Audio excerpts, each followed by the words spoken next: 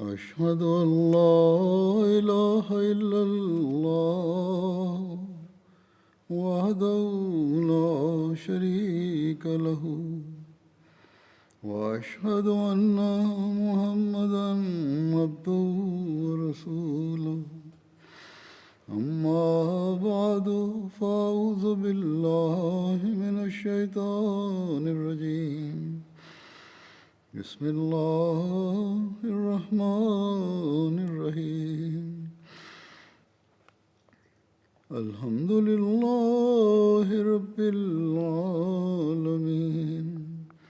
الرحمن الرحيم مالك يوم الدين إياك نعبد وإياك نستعين اهدنا الصراط المستقيم صراط الذين أنعمت عليهم غير المغضوب عليهم ولا الضالين.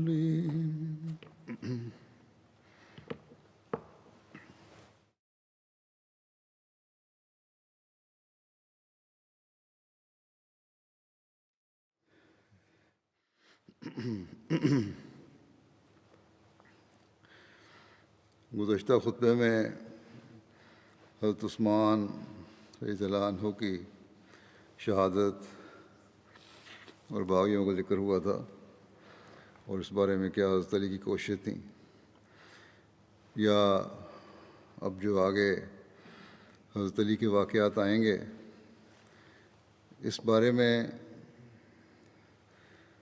ایک بہت اہم بات کی طرف توجہ دلاتے ہوئے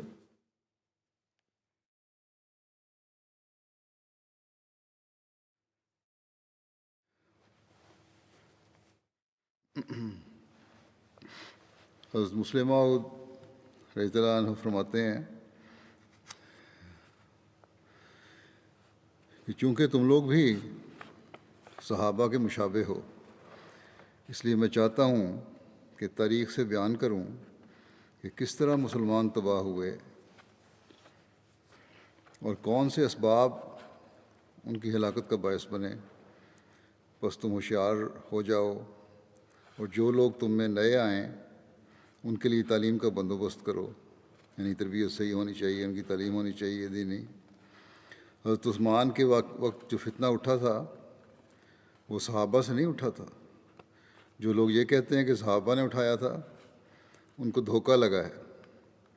اس میں شک نہیں کہ حضرت علی کے مقابلے میں بہت سے صحابہ تھے اور معاویہ کے مقابلے میں بھی، لیکن میں کہتا ہوں کہ اس فتنہ کے بانی صحابہ نہیں تھے، بلکہ وہی لوگ تھے جو بعد میں آئے اور جنہیں حضرت صلی اللہ علیہ وسلم کی صحبت نصیب نہ ہوئی اور آپ کے پاس نہ بیٹھے۔ بس میں آپ لوگوں کو اس طرح متوجہ کرتا ہوں اور فتنہ سے بچنے کا یہ طریق بتاتا ہوں کہ کثرت سے صحابہ قادیان میں تھے کہ کثرت سے قادیان آؤ اور بار بار آؤ تاکہ تمہارے ایمان تازہ رہیں اور تمہاری خشیت اللہ بڑھتی رہے، یعنی تمہارا مرکز سے تعلق بھی رہے اور خلافت سے تعلق بھی رہے۔ یہ رہے گا تو صحیح تربیت بھی رہے گی۔ آج کل اللہ تعالیٰ نے ہمیں MTA کی صورت مہیا فرمائی ہے، خطبات ساری دنیا میں سنے جاتے ہیں، دکھائے جاتے ہیں، سنائے جاتے ہیں، اور پروگرام دکھائے جاتے ہیں، سنائے جاتے ہیں۔ اس لیے تربیت کے لیے بہت ضروری ہے کہ علاوہ اس کے کہ خود بھی مطالعہ کریں حضرت مسیح علیہ السلام کی کتب کا، MTA کے ساتھ بھی تعلق رکھیں، اور خاص طور پر جمعے کے خطبات جو ہیں وہ ضرور MTA کے ذریعے سنا کریں، اس سے تعلق قائم رہے اور بہتر ہوتا رہے اور بڑھتا رہے۔ جنگ جمل کا واقعہ کے بارے میں روایت میں آتا ہے کہ جنگ جمل حضرت علی عائشہ کے درمیان 36 ہجری میں ہوئی تھی۔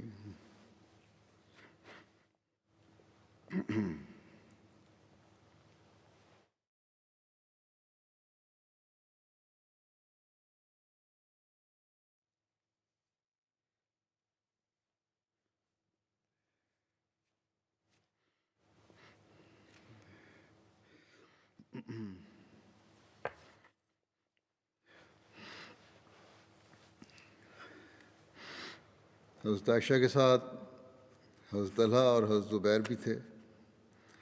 حضرت عائشہ میدان جنگ میں ایک اونٹ پر سوار تھیں، اسی وجہ سے اس جنگ کا نام جنگ جمل مشہور ہے۔ حضرت عائشہ فریضہ حج کی ادائیگی کے لیے مکے گئی ہوئی تھیں۔ وہ وہیں قیام پذیر تھیں کہ حضرت عثمان کی شہادت کی خبر ملی۔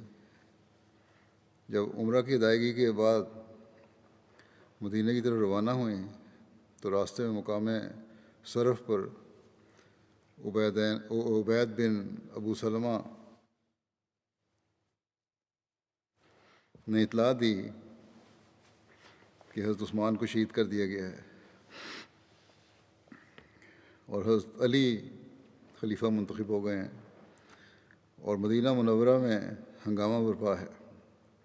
چنانچہ حضرت عائشہ راستے ہی سے مکے واپس ہو گئیں اور لوگوں کو حضرت عثمان کا قصاص لینے اور فتنہ کے خاتمے کے لیے اکٹھا کیا۔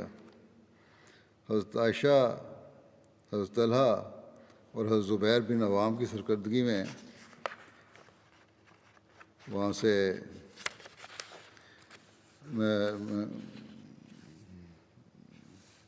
ان کی سرکردگی میں بہت سے لوگ جمع ہو گئے اور یہ قافلہ وہاں سے بصرے کی طرف روانہ ہوا۔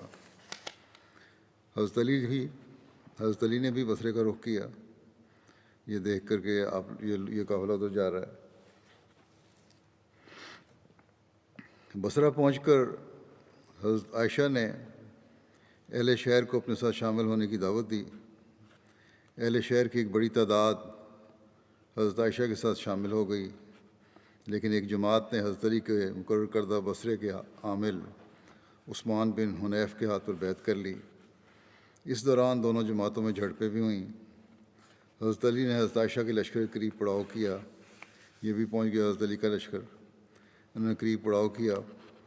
دونوں طرف سے مصالحت کی طرح ڈالی گئی، کوشش کی گئی اور مذاکرات کام بھی ہو گئے، مگر عین رات کے وقت وہ گروہ جو حضرت عثمان کے قتل میں شریک تھا، اس کا ایک حصہ حضرت علی کے لشکر میں بھی شامل تھا، اس نے حضرت عائشہ کے لشکر پر حملہ کر دیا، جس سے جنگ کا آغاز ہو گیا۔ حضرت عائشہ اونٹ پر سوار تھیں، جان نثار یکے بعد دیگرے اونٹ کی مہار پکڑتے اور شہید ہوتے جاتے تھے۔ حضرت علی نے یہ سمجھ لیا کہ حضرت عائشہ جب تک اونٹ پر سوار رہیں گی جنگ ختم نہیں ہوگی، اس لیے آپ نے جنگجوؤں کو حکم دیا کہ اس اونٹ کو کسی نہ کسی طرح مار گراؤ، کیونکہ جنگ کا خاتمہ اس کے گرنے پر منحصر ہے۔ اس پر ایک شخص نے آگے بڑھ کر اونٹ کے پاؤں میں تلوار ماری اور وہ بلبلا کر بیٹھ گیا۔ حضرت علی کی فوج نے اونٹ کو چاروں طرف سے گھیر لیا۔ حضرت عائشہ کا اونٹ گر جانے پر اہل جمل منتشر ہو گئے۔ اس کے بعد حضرت علی نے اعلان کرا دیا کہ ہتھیار ڈالنے یا گھر کا دروازہ بند کرنے والا امن و امان میں ہے، کسی کا تعاقب نہ کیا جائے، کسی کے مال کو مال غنیمت سمجھ کر اس پر دست درازی نہ کی جائے۔ حضرت علی کی فوج نے اس حکم کی تعمیل کی۔ حضرت زبیر بن عوام اور حضرت طلحہ اسی جنگ میں شہید ہوئے۔ یہ ابن اسیر کی تاریخ سے لیا گیا حصہ، خلاصہ اس کا۔ حضرت خلیفۃ المسیح ثانی رضی اللہ عنہ فرماتے ہیں کہ اس بارے میں کہ انہی لوگوں کی ایک جماعت نے جو حضرت عثمان کے قتل میں شریک تھے، حضرت عائشہ کو اس بات پر آمادہ کر لیا کہ آپ حضرت عثمان کے خون کا بدلہ لینے کے لیے جہاد کا اعلان کر دیں۔ چنانچہ انہوں نے اس بات کا اعلان کیا اور صحابہ کو اپنی مدد کے لیے بلایا۔ حضرت طلحہ اور حضرت زبیر بھی ان کے ساتھ شامل ہو گئے اور اس کے نتیجے میں حضرت علی اور حضرت عائشہ حضرت طلحہ اور حضرت زبیر کے لشکر میں جنگ ہوئی،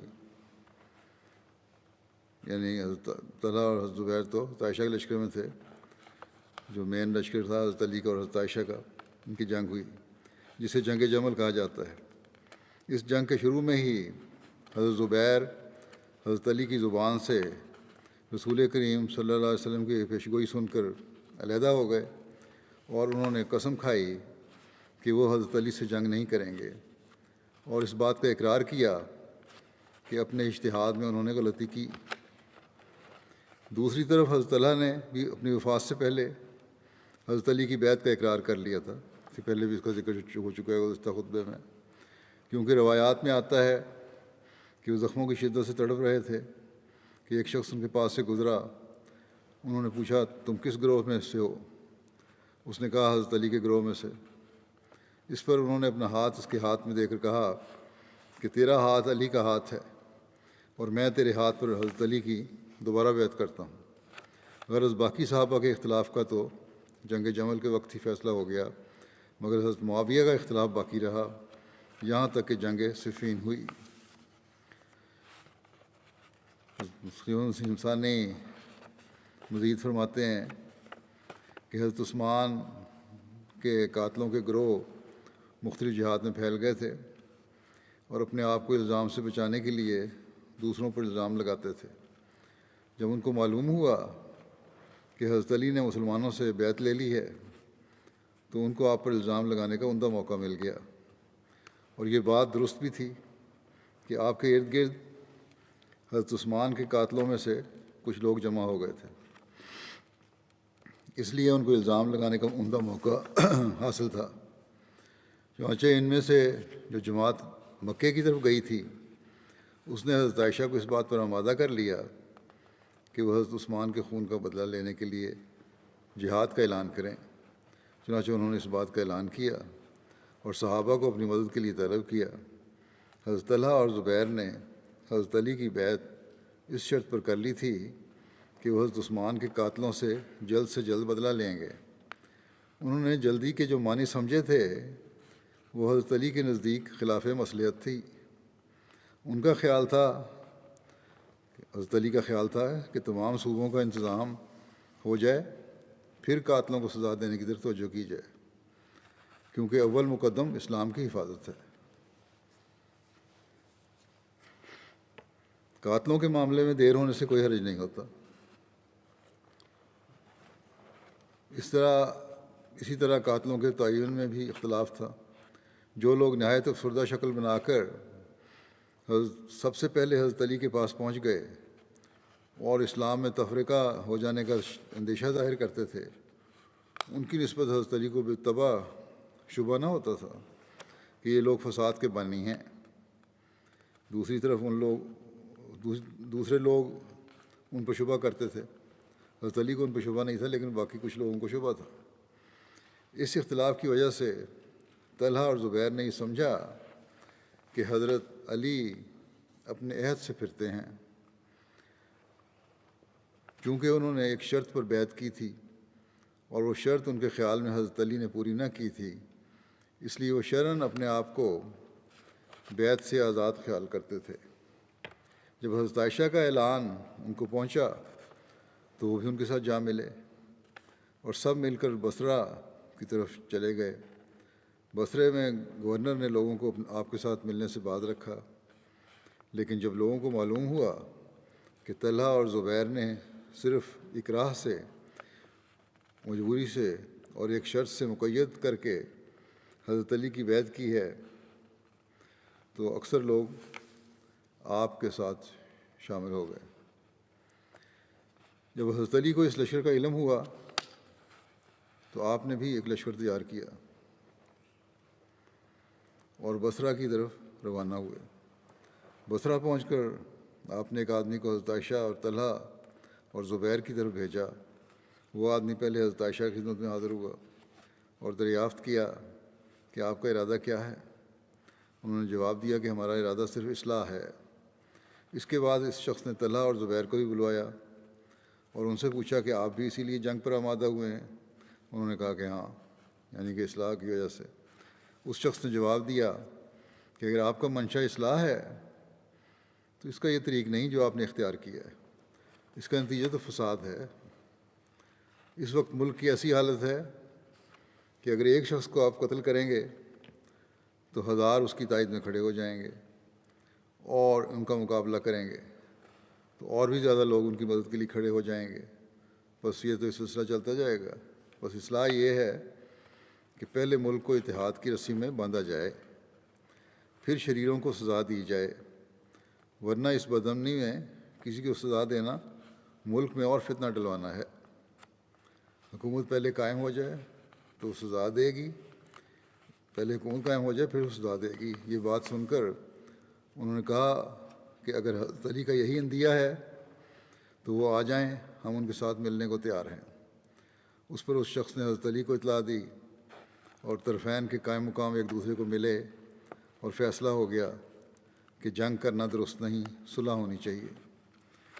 جب یہ خبر سبائیوں کو، یعنی جو عبداللہ بن سبا کی جماعت کے لوگ تھے اور قاتلین حضرت عثمان میں شامل تھے، ان کو پہنچی تو ان کو سخت گھبراہٹ ہوئی اور خفیہ ان کی ایک جماعت مشورہ کے لیے اکٹھی ہوئی۔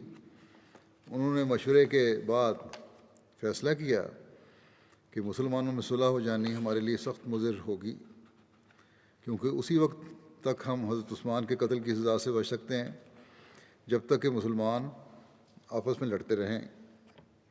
اگر صلح ہو گئی اور امن ہو گیا تو ہمارا ٹھکانہ نہیں،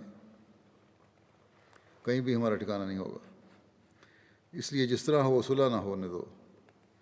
اتنے میں حضرت علی بھی پہنچ گئے اور آپ کے پہنچنے کے دوسرے دن آپ کی، یعنی اس علاقے میں، اور آپ کی اور حضرت زبیر کی ملاقات ہوئی۔ وقت ملاقات حضرت علی نے فرمایا کہ آپ نے میرے لڑنے کے لیے تو لشکر تیار کیا ہے، مگر کیا خدا کے حضور میں پیش کرنے کے لیے کوئی عذر بھی تیار کیا ہے؟ آپ لوگ کیوں اپنے ہاتھوں سے اس اسلام کی تباہ کرنے کے درپے ہوئے ہیں جس کی خدمت سخت جانکاہیوں سے کی تھی؟ کیا میں آپ لوگوں کا بھائی نہیں؟ پھر کیا وجہ ہے کہ پہلے تو ایک دوسرے کا خون حرام سمجھا جاتا تھا لیکن اب حلال ہو گیا؟ اگر کوئی نئی بات پیدا ہوئی ہوتی تو بھی بات تھی، لیکن اب حلال، جب کوئی نئی بات پیدا ہی نہیں ہوئی تو پھر یہ مقابلہ کیوں ہے؟ اس پر حضرت طلحہ نے کہا کہ وہ بھی حضرت زبیر کے ساتھ تھے کہ آپ نے حضرت عثمان کے قتل پر لوگوں کو اکسایا ہے۔ حضرت علی نے فرمایا کہ میں حضرت عثمان کے قتل میں شریک ہونے والوں پر لعنت کرتا ہوں۔ پھر حضرت علی نے حضرت زبیر سے کہا کہ کیا تم کو یاد نہیں کہ رسول کریم صلی اللہ علیہ وسلم نے فرمایا تھا کہ خدا کی قسم تو علی سے جنگ کرے گا اور تو ظالم ہوگا، یعنی حضرت زبیر کو فرمایا تھا۔ یہ سن کر حضرت زبیر اپنے لشکر کی طرف واپس لوٹے اور قسم کھائی کہ وہ حضرت علی سے ہرگز جنگ نہیں کریں گے، اور اقرار کیا کہ انہوں نے اجتہاد میں غلطی کی۔ جب یہ خبر لشکر میں پھیلی تو سب کو اطمینان ہو گیا کہ اب جنگ نہ ہوگی بلکہ صلح ہو جائے گی، لیکن مفسدوں کو سخت گھبراہٹ ہونے لگی۔ جنہوں نے فساد پیدا کرنا تھا ان کو قدرتی بات ہے، ان کو گھبراہٹ ہونی تھی، ان کو گھبراہٹ ہونے لگی۔ اور جب رات ہوئی تو انہوں نے صلح کو روکنے کے لیے یہ تدبیر کی کہ ان میں سے جو حضرت علی کے ساتھ تھے انہوں نے حضرت عائشہ اور حضرت طلحہ اور زبیر کے لشکر پر حملہ کے پر رات کے وقت چھپ خون مار دیا، اور جو ان کے لشکر میں تھے انہوں نے، جو دوسری لشکر میں تھے انہوں نے حضرت علی کے لشکر میں چھپ خون مار دیا۔ دونوں طرف منافق جو تھے بٹ کے شامل ہوئے تھے نا، حضرت عائشہ کی طرف بھی حضرت علی کی طرف بھی، دونوں نے ایک دوسرے پر حملہ کر دیا، جس کا نتیجہ یہ ہوا، گروہ پہ حملہ کر دیا، خود آپس میں نہیں لڑے، جس کا نتیجہ یہ ہوا کہ ایک شور پڑ گیا اور ہر فریق نے خیال کیا کہ دوسرے فریق نے اس سے دھوکہ کیا ہے، حالانکہ اصل میں یہ صرف سپاہیوں کا ایک منصوبہ تھا۔ جب جنگ شروع ہو گئی تو حضرت علی نے آواز دی کہ کوئی شخص حضرت عائشہ کو اطلاع دے، شاید ان کے ذریعے سے اللہ تعالیٰ اس فتنے کو دور کر دے۔ چنانچہ حضرت عائشہ کا اونٹ آگے کیا گیا، لیکن نتیجہ اور بھی خطرناک نکلا۔ مفسدوں نے یہ دیکھ کر کہ ہماری تدبیر پھر الٹی پڑنے لگی ہے، حضرت عائشہ کے اونٹ پر تیر مارنے شروع کیے۔ حضرت عائشہ نے زور زور سے پکارنا شروع کیا کہ اے لوگو، جنگ کو ترک کرو اور خدا اور یوم حساب کو یاد کرو، لیکن مفسد باز نہ آئے اور برابر آپ کے اونٹ پر تیر مارتے چلے گئے۔ چونکہ اہل بصرہ اس لشکر کے ساتھ تھے جو حضرت عائشہ کے ارد گرد جمع ہوا تھا، ان کو یہ بات دیکھ کر سخت طیش آیا، اور ام المومنین کی یہ گستاخی دیکھ کر ان کے غصے کی کوئی حد نہ رہی، اور تلواریں کھینچ کر لشکر مخالف پر حملہ آور ہو گئے اور اب یہ حال ہو گیا کہ حضرت عائشہ کا اونٹ جنگ کا مرکز بن گیا۔ صحابہ اور بڑے بڑے بہادر اس کے ارد گرد جمع ہو گئے اور ایک کے بعد ایک قتل ہونا شروع ہوا، لیکن اونٹ کی باغ انہوں نے نہ چھوڑی۔ حضرت زبیر تو جنگ میں شامل ہی نہ ہوئے اور ایک طرف نکل گئے، مگر ایک شقی نے ان کے پیچھے سے جا کر اس حالت میں کہ وہ نماز پڑھ رہے تھے ان کو شہید کر دیا۔ حضرت طلحہ عین میدان جنگ میں ان مفسدوں کے ہاتھ سے مارے گئے۔ جب جنگ تیز ہو گئی تو یہ دیکھ کر کہ اس وقت تک جنگ ختم نہ ہوگی جب تک حضرت عائشہ کو درمیان سے ہٹایا نہ جائے، بعض لوگوں نے آپ کے اونٹ کے پاؤں کاٹ دیے اور ہودج اتار کر زمین پر رکھ دیا، تب کہیں جا کر جنگ ختم ہوئی۔ اس واقعے کو دیکھ کر حضرت علی کا چہرہ مارے رنج کے سرخ ہو گیا، لیکن یہ جو کچھ ہوا اس سے چارہ بھی نہ تھا۔ جنگ کے ختم ہونے پر جب مقتولین میں حضرت طلحہ کی نعش ملی تو حضرت علی نے سخت افسوس کیا۔ ان تمام واقعات سے صاف ظاہر ہو جاتا ہے کہ اس لڑائی میں صحابہ کا ہرگز کوئی دخل نہ تھا، بلکہ یہ شرارت بھی قاتلان عثمان کی ہی تھی، اور یہ کہ طلحہ اور زبیر حضرت علی کی بیعت ہی میں فوت ہوئے کیونکہ انہوں نے اپنے ارادے سے رجوع کر لیا تھا اور حضرت علی کا ساتھ دینے کا اقرار کر لیا تھا، لیکن بعض شریروں کے ہاتھوں سے مارے گئے۔ چنانچہ حضرت علی نے ان کے قاتلوں پر لعنت بھی کی۔ جنگ جمل کے اختتام پر حضرت علی نے حضرت عائشہ کے لیے تمام سواری اور ذات راہ تیار کیا اور حضرت عائشہ کو چھوڑنے کے لیے خود تشریف لائے، اور حضرت عائشہ کے ہمراہ جو لوگ جانا چاہتے تھے ان کو روانہ کیا۔ جس دن حضرت عائشہ نے روانہ ہونا تھا، حضرت علی حضرت عائشہ کے پاس تشریف لائے اور آپ کے لیے کھڑے ہوئے، اور تمام لوگوں کی موجودگی میں حضرت عائشہ لوگوں کے سامنے نکلیں اور کہا کہ اے میرے بیٹو، ہم نے تکلیف پہنچا کر اور زیادتی کر کے ایک دوسرے کو ناراض کر دیا۔ آئندہ ہمارے ان اختلافات کے باعث کوئی شخص بھی ایک دوسرے پر زیادتی نہ کرے، اور خدا کی قسم میرے اور حضرت علی کے درمیان شروع سے کبھی کوئی اختلاف نہ تھا سوائے اس کے جو مرد اور اس کے سسرالی رشتہ داروں کے درمیان عام طور پر بات ہوا کرتی ہے، یعنی چھوٹی موٹی باتیں ہیں، اور حضرت علی میری نیکیوں کے حصول کا ذریعہ ہیں۔ حضرت علی نے فرمایا، اے لوگو، حضرت عائشہ نے اچھی اور سچی بات کہی ہے، میرے اور حضرت عائشہ کے درمیان محض یہی اختلاف تھا۔ حضرت عائشہ دنیا و آخرت میں تمہارے نبی کریم صلی اللہ علیہ وسلم کی زوجہ مطہرہ ہیں۔ حضرت علی حضرت عائشہ کو چھوڑنے کے لیے کئی میل ساتھ تشریف لے گئے، اور حضرت علی نے اپنے بیٹوں کو حکم دیا کہ وہ حضرت عائشہ کے ہمراہ جائیں اور ایک دن کے بعد واپس آ جائیں۔ حضرت مسلم موعود رضی اللہ عنہ، یہ حوالہ تبری کا جو میں ابھی پڑھا ہے، حضرت مسلم موعود فرماتے ہیں کہ حضرت طلحہ رسول کریم صلی اللہ علیہ وسلم کے بعد بھی زندہ رہے، اور جب حضرت عثمان کی شہادت کے بعد مسلمانوں میں اختلاف پیدا ہوا اور ایک گروہ نے کہا کہ حضرت عثمان کے مارنے والوں سے ہمیں بدلہ لینا چاہیے، تو اس گروہ کے لیڈر حضرت طلحہ، حضرت زبیر اور حضرت عائشہ تھے۔ لیکن دوسرے گروہ نے کہا کہ مسلمانوں میں تفرقہ پڑ چکا ہے، آدمی مرائی کرتے ہیں، سر دست ہمیں تمام مسلمانوں کو اکٹھا کرنا چاہیے تاکہ اسلام کی شوکت اور اس کی عظمت قائم ہو۔ بعد میں ہم ان لوگوں سے بدلہ لے لیں گے۔ اس گروہ کے لیڈر حضرت علی تھے۔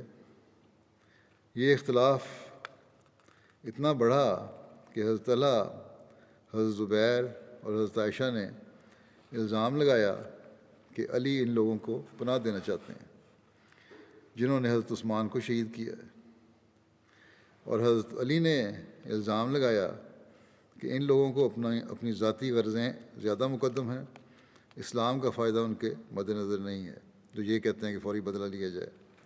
گویا اختلاف اپنی انتہائی صورت تک پہنچ گیا اور پھر آپس میں جنگ بھی شروع ہوئی۔ ایسی جنگ جس میں حضرت عائشہ نے لشکر کی کمان کی، آپ اونٹ پر چڑھ کر لوگوں کو لڑواتی تھیں، اور حضرت طلحہ اور حضرت زبیر بھی اس لڑائی میں شامل تھے۔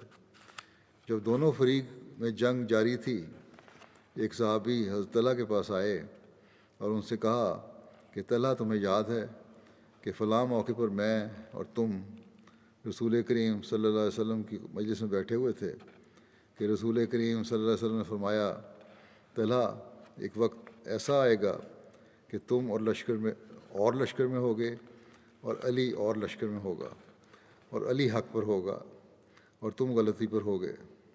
حضرت طلحہ نے یہ سنا تو ان کی آنکھیں کھل گئیں۔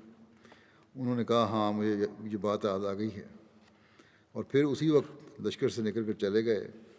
جب وہ لڑائی چھوڑ کر جا رہے تھے تاکہ رسول کریم صلی اللہ علیہ وسلم کی بات پوری کی جائے، تو ایک بدبخت انسان جو حضرت علی کے لشکر کا سپاہی تھا، اس نے پیچھے سے جا کر آپ کو خنجر مار کر شہید کر دیا۔ حضرت علی اپنی جگہ پر بیٹھے ہوئے تھے۔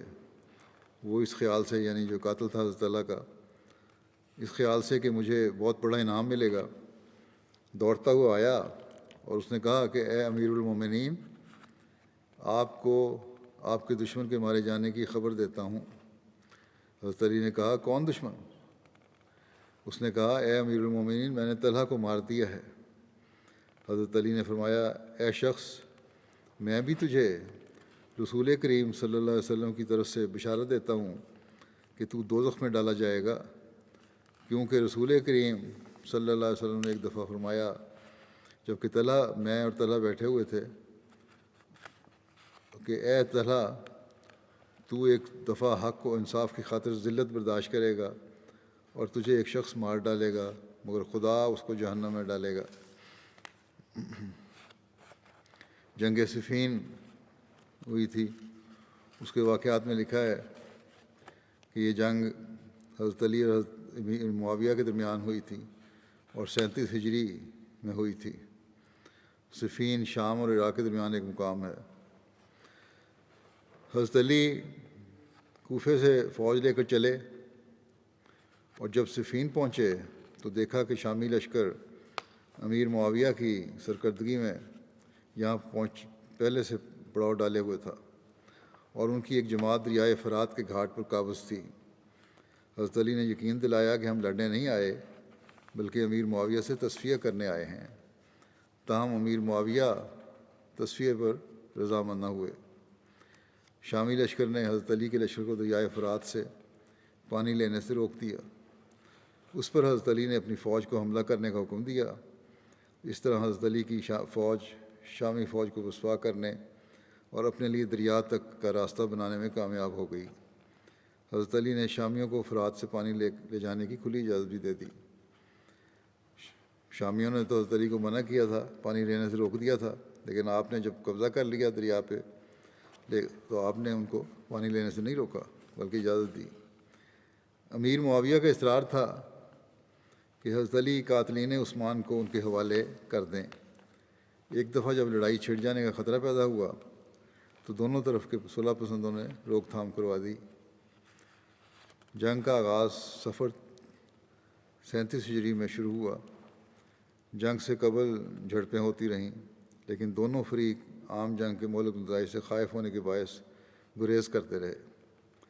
صلح کے ہر امکان کی گنجائش باقی رکھنے کی غرض سے فریقین اس پر متفق ہو گئے کہ حرمت والے مہینوں میں عارضی صلح کر لی جائے، لیکن یہ تدبیر بھی کامیاب نہ ہوئی۔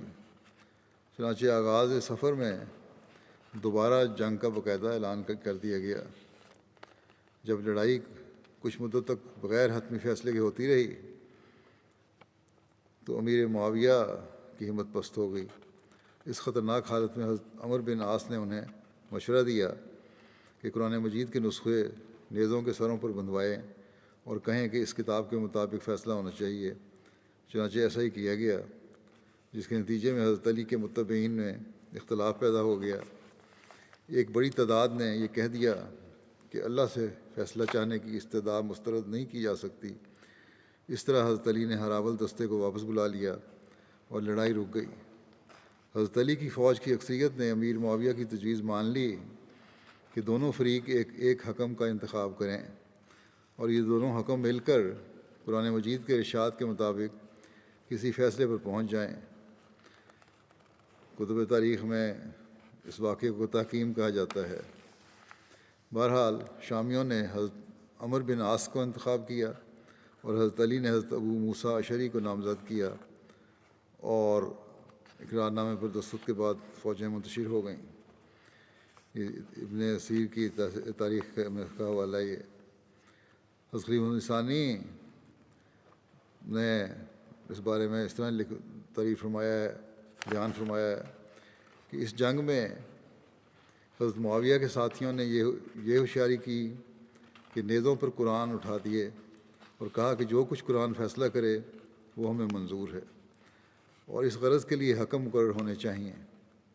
اس پر وہی مفسد جو حضرت عثمان کے قتل کی سازش میں شامل تھے اور جو آپ کی شہادت کے مان بعد اپنے بچاؤ کے لیے حضرت علی کے ساتھ شامل ہو گئے، انہوں نے حضرت علی پر زور دینا شروع کر دیا کہ یہ بالکل درست کہتے ہیں، آپ فیصلہ کے لیے حکم مقرر کر دیں۔ حضرت علی نے بتیرا انکار کیا، مگر انہوں نے اور کچھ ان کمزور طبع لوگوں نے جو ان کے اس دھوکے میں آ گئے تھے، حضرت علی کو اس بات پر مجبور کیا کہ آپ حکم مقرر کریں۔ چنانچہ معاویہ کی طرف سے حضرت عمر بن عاص اور حضرت علی کی طرف سے حضرت ابو موسیٰ اشعری حکم مقرر ہوئے۔ یہ تحکیم دراصل قتل عثمان کے واقعے میں تھی، اور شرط یہ تھی کہ قرآن کریم کے مطابق فیصلہ ہوگا۔ یہ تھا کہ جو حضرت عثمان کا قتل ہے اس واقعہ کی بارے میں فیصلہ ہوگا، اور یہ حکم اس لیے مقرر کیے گئے تھے، اور یہ تھا کہ قرآن کریم کے مطابق جو بھی قاتل ہیں ان کو سزا دینے کے لیے، ان کو پکڑنے کے لیے فیصلہ ہوگا۔ مگر عمر بن عاص اور ابو موسیٰ اشعری دونوں نے مشورہ کر کے یہ فیصلہ کیا کہ بہتر ہوگا کہ پہلے ہم دونوں حضرت علی اور حضرت معاویہ کو ان کی امارت سے معزول کر دیں۔ تحکیم تو اس لیے تھی، یہ فیصلہ اس لیے مقرر کیا گیا تھا، حکم مقرر کیے گئے تھے کہ حضرت عثمان کے قتل کے بارے میں فیصلہ کریں، لیکن یہاں دونوں حکمین جو مقرر کیے گئے تھے انہوں نے یہ فیصلہ کر دیا کہ دونوں کو پہلے معزول کیا جائے، پھر بعد میں بات ہوگی، کیونکہ تمام مسلمان انہی دونوں کی وجہ سے مصیبت میں مبتلا ہو رہے ہیں، یہ ان دونوں کا خیال تھا۔ اور پھر آزادانہ رنگ میں مسلمانوں کو کوئی فیصلہ کرنے دیں تاکہ وہ جسے چاہیں خلیفہ بنا لیں، حالانکہ وہ اس کام کے لیے مقرر ہی نہیں ہوئے تھے۔ یہ تو بات ہی غلط تھی جس کے بارے میں ان حکمین نے سوچنا شروع کر دیا تھا، کیونکہ وہ اس کام کے لیے مقرر نہیں کیے گئے تھے۔ مگر بہرحال ان دونوں نے اس فیصلے کا اعلان کرنے کے لیے ایک جلسہ عام منعقد کیا، اور حضرت عمر بن عاص نے حضرت ابو موسیٰ اشعری سے کہا کہ پہلے آپ اپنے فیصلے کا اعلان کر دیں، بعد میں اعلان کر دوں گا۔ چنانچہ حضرت ابو موسیٰ نے اعلان کر دیا کہ وہ حضرت علی کو خلافت سے معزول کرتے ہیں۔ اس کے بعد حضرت عمر بن عاص کھڑے ہوئے اور انہوں نے کہا کہ ابو موسیٰ نے حضرت علی کو معزول کر دیا ہے، اور میں بھی ان کی اس بات سے متفق ہوں اور حضرت علی کو خلافت سے معزول کرتا ہوں، لیکن معاویہ کو میں معزول نہیں کرتا بلکہ اس کے عہدہ امارت پر انہیں بحال رکھتا ہوں۔ حضرت عمر بن عاص خود بہت نیک آدمی تھے، لیکن اس وقت حضرت مسلم وہ لکھتے ہیں کہ میں اس بحث میں نہیں پڑھتا کہ انہوں نے یہ فیصلہ کیوں کیا تھا. وہاں اس وقت بہرحال وہ باوجود اس نیکی کے کسی طرح وہ لوگوں کی باتوں میں آ گئے یا کیا ہوا، یہ علیحدہ مضمون ہے، اس لیے اس بحث میں نہیں پڑھتا. لیکن بہرحال فیصلہ غلط تھا ان کا. اس فیصلہ پر حضرت معاویہ کے ساتھیوں نے تو یہ کہنا شروع کر دیا کہ جو لوگ حکم مقرر ہوئے تھے انہوں نے علی کے بجائے معاویہ کے حق میں فیصلہ دے دیا، اور یہ درست ہے. مگر حضرت علی نے اس فیصلے کو ماننے سے انکار کر دیا اور کہا کہ نہ حکم اس غرض کے لیے مقرر تھے اور نہ ان کا یہ فیصلہ کسی قرآنی حکم پر ہے. اس پر حضرت علی کے وہی منافق تبع ساتھی جنہوں نے حکم مقرر کرنے پر زور دیا تھا یہ شور مچانے لگ گئے کہ حکم مقرر ہی کیوں کیے گئے تھے جبکہ دینی معاملات میں کوئی حکم ہو ہی نہیں سکتا. حضرت علی نے جواب دیا کہ اول تو یہ بات معاہدے میں شامل تھی کہ ان کا فیصلہ قرآن کے مطابق ہوگا جس کی انہوں نے تعمیل نہیں کی. یہ قرآن کے مطابق فیصلہ ہوا ہی نہیں. دوسرے حکم تو خود تمہارے اصرار کی وجہ سے مقرر کیے گئے تھے یا مقرر کیا گیا تھا، اور اب تم ہی کہتے ہو کہ میں نے حکم کیوں مقرر کیا. انہوں نے کہا کہ ہم نے جھک مارا تھا اور ہم نے آپ سے جو کچھ کہا تھا وہ ہماری غلطی تھی، مگر سوال یہ ہے کہ آپ نے یہ بات کیوں مانی. اس کے تو یہ معنی ہیں، یہ جو باغی تھے جو منافق تھے، اس کے تو یہ معنی ہیں کہ ہم بھی گناہ گار ہو گئے اور آپ بھی برابر ہو گئے دونوں.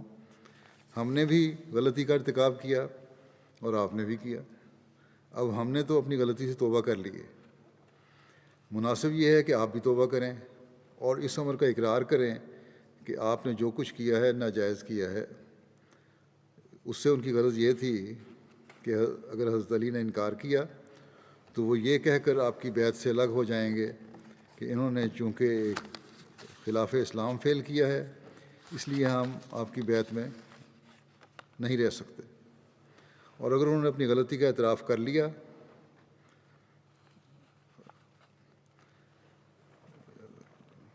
اگر علی نے انکار کیا تو یہ کہہ کر بیعت سے الگ ہو جائیں گے کہ خلاف اسلام فعل کیا اس لیے ہم آپ کی بیعت میں نہیں رہ سکتے.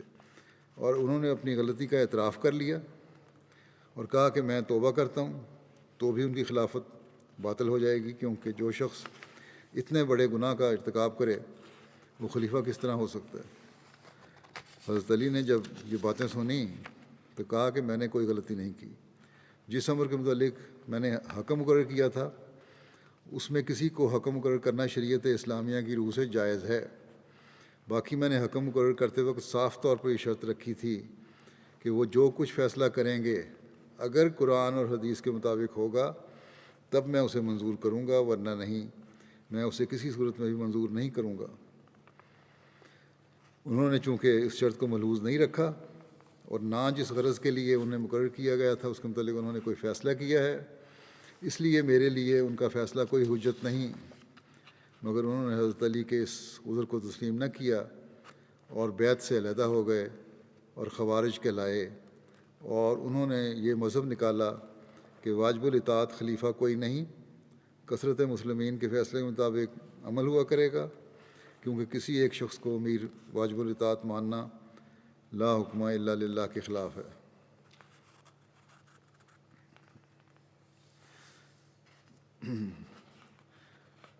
جنگ نہروان جو 38 ہجری میں ہوئی تھی، نہروان بغداد اور واسطہ کے درمیان واقعہ ہے. اس مقام پر حضرت علی اور خوارج کے درمیان جنگ لڑی گئی تھی. جنگ ابن اسیر کی تاریخ میں یوں لکھا ہے کہ جنگ صفین کے تصفیہ کے لیے حضرت علی کی طرف سے حضرت ابو موسیٰ اشعری اور امیر معاویہ کی طرف سے حضرت عمر بن عاص حکم مقرر ہوئے. تاریخ میں اس واقعہ کو تحکیم کہتے ہیں.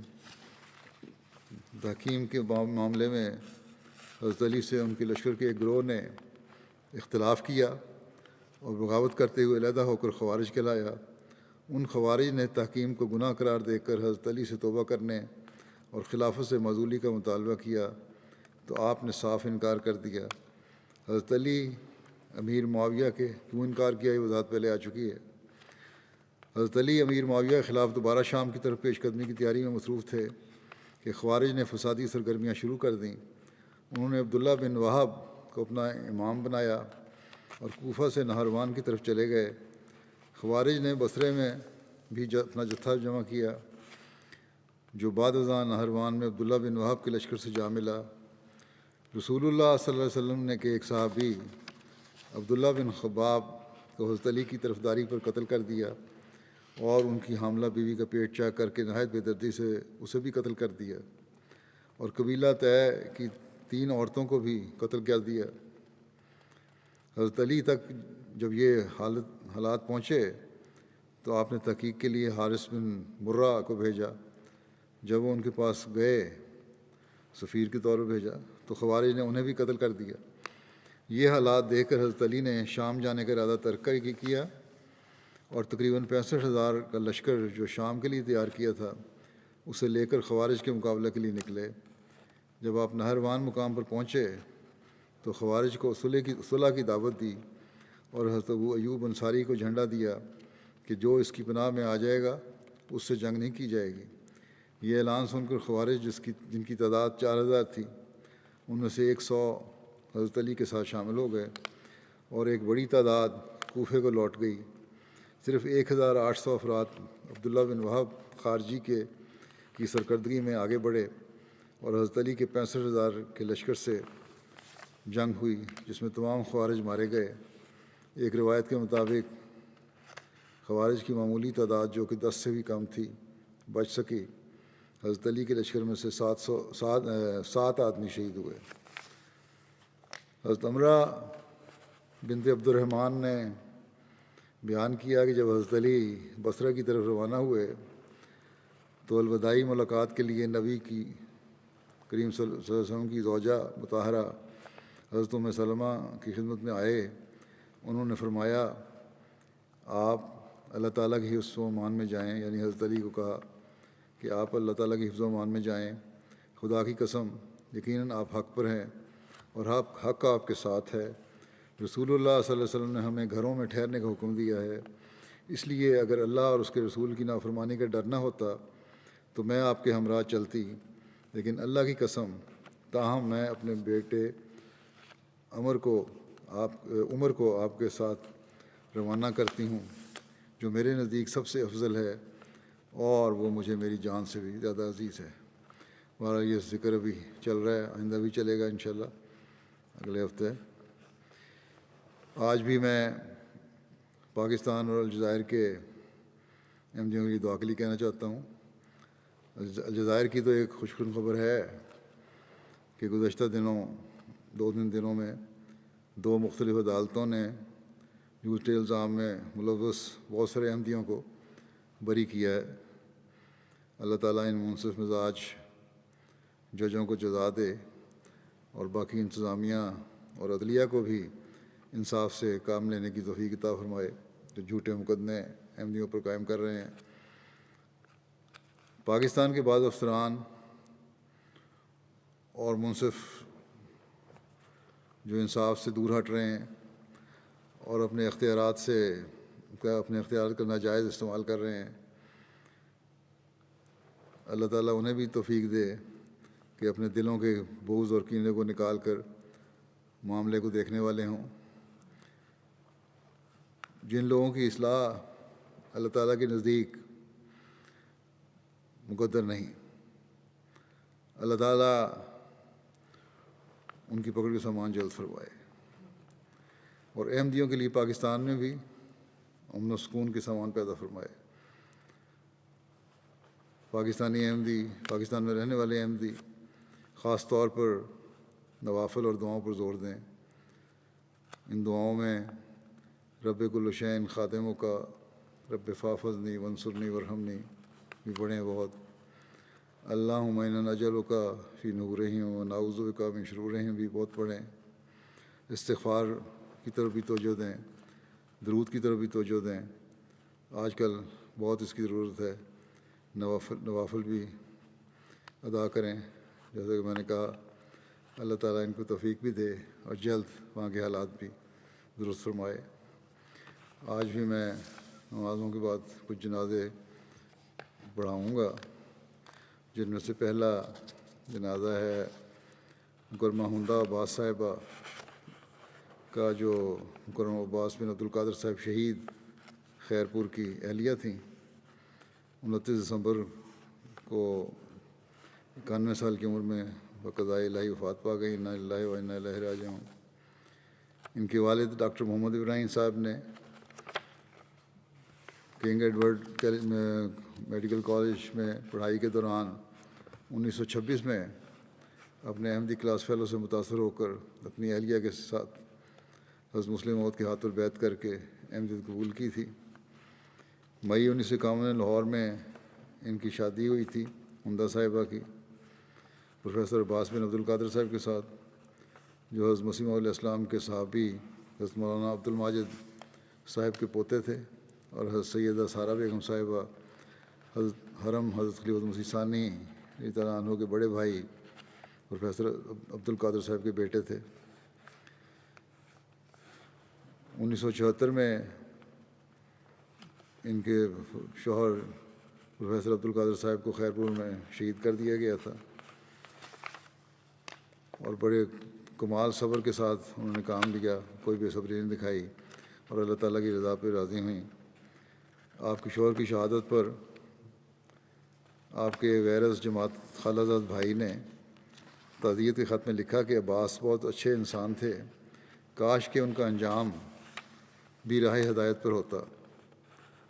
تو حمدہ صاحبہ نے ان کو جواب لکھا کہ مجھے فخر ہے کہ جس راہ پر میرے شوہر نے جان دی ہے وہ ہدایت کی راہ ہے۔ پھر انہی کی حمدہ صاحبہ کی اسکول کے زمانے میں ایک گہری سہیلی تھیں شفیقہ صاحبہ، جو اتفاق سے پاکستان کے جنرل ضیاء الحق صاحب کی اہلیہ بنی۔ انہوں نے ایک دفعہ اپنے شوہر کے صدر بننے کے بعد کہا ضیاء الحق صاحب کی اہلیہ نے کہ سب لوگ مجھے ملنے آتے ہیں مگر حمدہ نہیں آتی۔ حمدہ صاحبہ کو یہ پتہ لگا تو آپ نے سن کے کہا کہ ایک ایسے شخص کی بیوی سے ملنے کی مجھے کوئی خواہش نہیں جو میرے پیارے امام حضرت مسیح موعود علیہ السلام اور آپ کی جماعت سے دشمنی رکھتا ہے، اور پھر اس سے کبھی نہیں ملی۔ آپ بے شمار خوبیوں کی مالک تھیں، بے حد نفاست پسند تھیں، سلیقہ شعار تھیں، بہت نیک اور مخلص خاتون تھیں، نماز اور روزے کی ہمیشہ بہت انتظام کرتی تھیں، بچوں کو بھی اس کی عادت ڈالی، چندہ ادا کرنے بہت جلدی کرتیں، خیرات کرنے کے لیے ہمیشہ تیار رہتی تھیں۔ رمضان کے مہینے میں بہت سے لوگوں کے لیے اپنے گھر پر روزانہ روزہ کھلوانے کا انتظام کرتیں۔ خلافت سے بے انتہا تعلق اور عشق اور محبت تھی، باقاعدہ خط لکھا کرتی تھیں اپنے ہاتھ سے مجھے۔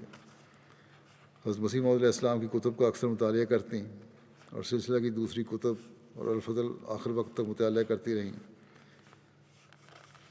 2006 میں ان کی چھوٹی بیٹی ڈاکٹر عامرہ ٹریفک حادثے میں 2 بچوں کے ساتھ وفات پا گئیں، اور اس صدمے کو بڑے حوصلے سے برداشت کیا اور صبر کا ایک مثالی نمونہ دکھایا۔ سب عزیز رشتہ دار ملنے جلنے والے آپ کی بے شمار خوبیوں کی وجہ سے آپ سے محبت کرتے تھے۔ غیر احمدی رشتہ داروں کا بھی آپ سے بہت محبت کا تعلق تھا۔ عثمان گان میں 3 بیٹیاں اور 2 بیٹے شامل ہیں جو کہ امریکہ، کینیڈا اور ناروے میں رہائش پذیر ہیں۔ اللہ تعالیٰ ان سب کو، ان کی اولاد کو اور ان کی اولاد کو، نسل کو، ان کی نیکیوں کو جاری رکھنے کی توفیق عطا فرمائے، مرحومہ کے درجات بلند فرمائے۔ اگلا جنازہ ہے رضوان سید نعیمی صاحب عراق کا، جو 13 نومبر کو 70 سال کی عمر میں وفات پا گئے۔ انا للہ و انا الیہ راجعون۔ ان کے بیٹے مصطفیٰ نعیمی صاحب لکھتے ہیں کہ میرے والد صاحب نے رویا میں خود کو حضرت سید عبدالقادر جیلانی صاحب کے پاس دیکھا، جنہوں نے والد صاحب کو اپنا جوتا عطا فرمایا۔ والد صاحب نے یہ کہتے ہوئے اسے لینے میں جھجک محسوس کی کہ میری کیا اوقات کہ میں سید عبدالقادر جیلانی کا جوتا پہن سکوں، لیکن سید عبدالقادر جیلانی نے اصرار کیا تو والد صاحب نے جوتا پہن لیا۔ اس کے بعد سید عبدالقادر جیلانی نے ایک شخص اور اس کی جماعت کی طرف اشارہ کر کے والد صاحب کو ان میں شامل ہونے کا ارشاد فرمایا۔ اس کے بعد رضوان امینی صاحب کو خواب میں حضرت صلی اللہ علیہ وسلم کی زیارت بھی ہوئی۔ چند سال بعد MTA کے ذریعے ان کا جماعت سے تعارف ہوا تو رضوان صاحب نے کہا کہ انہیں جو خواب میں حضرت صلی اللہ علیہ وسلم کی زیارت ہوئی تھی، اس سے مراد آپ کے خاتمہ صادق حضرت مسیح موعود علیہ السلام کی بعثت تھی، اور دوسری رویا میں جس شخص اور اس کی جماعت کی طرف شیخ عبد القادر جیلانی نے اشارہ کر کے ان میں شامل ہونے کا کہا تھا، اس سے مراد خلیفۃ المسیح اور ان کی جماعت ہے۔ چنانچہ انہوں نے 2012 میں بیعت کر لی۔ مرحوم بڑے نیک، صالح اور اپنے رشتہ داروں اور قریبوں کی مدد کرنے والے تھے۔ تبلیغ کا بہت شوق تھا۔ کمزور صحت اور لوگوں کی مخالفت کے باوجود اپنے علاقے میں احمدیت کی تبلیغ کرتے رہتے تھے۔ اپنے خاندان کو ہمیشہ نصیحت کرتے رہتے تھے کہ وہ بیعت کر کے جماعت میں شامل ہوں۔ ان کے بیٹے اور اہلیہ کے بھائی نے بھی اب بیعت کر لی ہے۔ اللہ تعالیٰ ان کو ثبات قدم عطا فرمائے اور مرحوم کی نیکیوں کو جاری رکھنے کی توفیق عطا فرمائے ان لوگوں کو۔ مرحوم کے درجات اللہ تعالیٰ بلند فرمائے۔ اگلا جنازہ ہے مکرم ملک علی محمد صاحب حج کا، ضلع سرگودا کا، جو محمد افضل ظفر صاحب مربی سلسلہ کینیا کے والد تھے۔ 20 اگست کو 90 سال کی عمر میں بقضاء الہی وفات پا گئے۔ انا للہ و انا الیہ راجعون۔ 1976 میں آپ کو اسیر راہ مولا ہونے کی سعادت بھی حاصل ہوئی۔ سلسلے کے کارکنان، واقفین زندگی، مربیان اور معلمین کی بے حد عزت کیا کرتے تھے۔ مرحوم تہجد گزار، صوم و صلات کے پابند، بہت مہمان نواز تھے، غریب پرور تھے، صابر و شاکر تھے، صلہ رحمی سے کام لینے والے تھے، ایک نیک اور مخلص انسان تھے۔ قرآن کریم کی تلاوت باقاعدگی سے کرتے تھے اور آپ کو متعدد بچوں کو قرآن کریم پڑھانے کی بھی توفیق ملی۔ پسماندگان میں 3 بیٹے اور 11 پوتے پوتیاں شامل ہیں۔ ان کے مکرم محمد افضل ظفر صاحب مربی سلسلہ کینیا، جیسا کہ میں نے کہا، ان کے بیٹے تھے جو کہ میدان عمل میں تھے، وہاں کینیا میں تھے آج کل، اس وجہ سے جنازے میں اور تدفین کے میں شامل نہیں ہو سکے اپنے والد کی۔ اللہ تعالیٰ ان کو بھی صبر اور حوصلہ عطا فرمائے، مرحوم سے مغفرت رحم کا سلوک فرمائے، درجات بلند فرمائے۔ اگلا جنازہ ہے احسان احمد صاحب لاہور کا، جو شفقت محمود صاحب کے بیٹے تھے۔ 27 جولائی کو 35 سال کی عمر میں کرونا وائرس کی وجہ سے ان کی وفات ہوئی۔ انا للہ و انا الیہ راجعون۔ آپ حضرت مولوی نور الدین اجمل صاحب آف گولے کی، ضلع گجرات، صحابی حضرت مسیح علیہ السلام کے پوتے تھے اور ارشاد احمد صاحب گجرانوالہ کے نواسے تھے۔ گزشتہ 2 سال آپ کو حلقہ رچنا ٹاؤن لاہور میں بطور صدر جماعت خدمت کی توفیق ملی۔ اس کے علاوہ دہلی گیٹ عمارت میں بطور سیکرٹری نوآئین خدمت کی توفیق پائی۔ تبلیغ کا بے حد شوق تھا۔ خدا کے فضل سے آپ کو 8 افراد کو بیعت کروانے کی بھی سعادت حاصل ہوئی۔ پسماندگان میں اہلیہ کے علاوہ 2 بیٹے عزیزم حنان احمد مسرور عمر 6 سال اور عزیزم مبین احمد طاہر عمر 3 سال اور ایک بیٹی عزیزہ سائرہ احمد 5 سال کے علاوہ والد، والدہ اور 3 بھائی اور 2 بہنیں شامل ہیں۔ اللہ تعالیٰ ان سب کو صبر و حوصلہ عطا فرمائے، ان بچوں کا خود کفیل ہو اور ان کو ان کی نیکیاں جاری رکھنے کی توفیق عطا فرمائے، مرحوم کے درجات بلند فرمائے۔ اگلا جنازہ ہے مکرم ریاض الدین شمس صاحب کا، جو مولانا جلال الدین صاحب شمس صاحب کے بیٹے تھے چھوٹے۔ 27 مئی کو وفات پا گئے۔ انا للہ و انا الیہ راجعون۔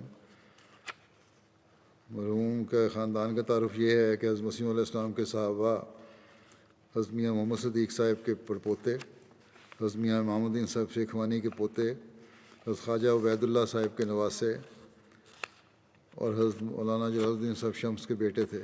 یہ تمام صحابہ تھے۔ مرحوم موسی تھے۔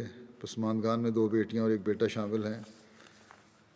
اللہ تعالیٰ ان کو صبر اور حوصلہ عطا فرمائے۔ ان کے بچوں کو، ان کی اہلیہ پہلے فوت ہو گئی تھیں، اور مرحوم سے مغفرت رحم کا سلوک فرمائے، درجات بلند فرمائے۔ ان کے بھائی منیر الدین شمس صاحب کہتے ہیں کہ مرحوم بہت خوبیوں کے مالک تھے، نمازوں کے پابند تھے، بچوں کو ہمیشہ نماز کی تلقین کرتے تھے، خلافت سے بے حد محبت تھی، گھر میں ہمیشہ خلافت سے وابستہ رہنے کی باتیں ہوتی رہتی تھیں۔ یہاں بیماری کے دنوں میں بھی گزشتہ 2 سال ہوئے مجھے ملنے کے لیے آئے، اور باوجود بیماری کے بڑے صبر اور حوصلے سے اور خوش مزاجی سے باتیں کرتے رہے۔ فکر تھی تو اپنی بچیوں کی، اپنی کوئی فکر نہیں تھی۔ ان کے متعلق سبھی کا یہ تاثر ہے کہ ہمیشہ ہر حال میں مسکراتے رہنا اور ہر ایک کے ساتھ مل جل کر رہنا اور دکھ سکھ میں ساتھ دینا ان کی خوبیوں میں شامل تھا۔ اللہ تعالیٰ مرحوم سے مغفرت رحم کا سلوک فرماتا رہے اور درجات بلند فرمائے۔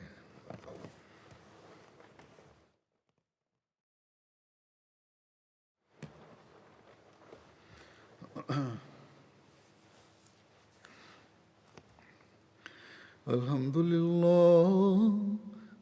لله نحمده ونستعينه ونستغفره ونؤمن به ونتوكل عليه ونعوذ بالله من شرور أنفسنا ومن سيئات أعمالنا من يهده الله فلا مضل له ومن يضلله فلا هادي له ونشهد أن لا إله إلا الله ونشهد أن محمدا عبده ورسوله عباد الله رحمكم الله إن الله يأمر بالعدل والإحسان وإيتاء ذي القربى وينهى عن الفحشاء والمنكر والبغي يعظكم لعلكم تذكرون اذكروا الله يذكركم وادعوه يستجب لكم ولذكر الله أكبر۔